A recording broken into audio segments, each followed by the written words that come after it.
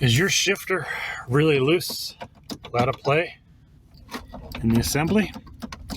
And do you have a hard time putting it in park?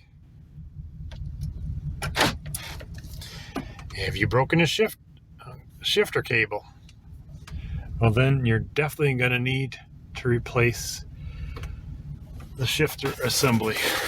I broke a cable and it was 0 degrees out when I broke it. And I didn't realize this issue. And as the cable gets looser, it's a little easier to do. Or it's a little easier to move once it gets a little loose. So the shifter assembly is really easy to replace this way, I guess.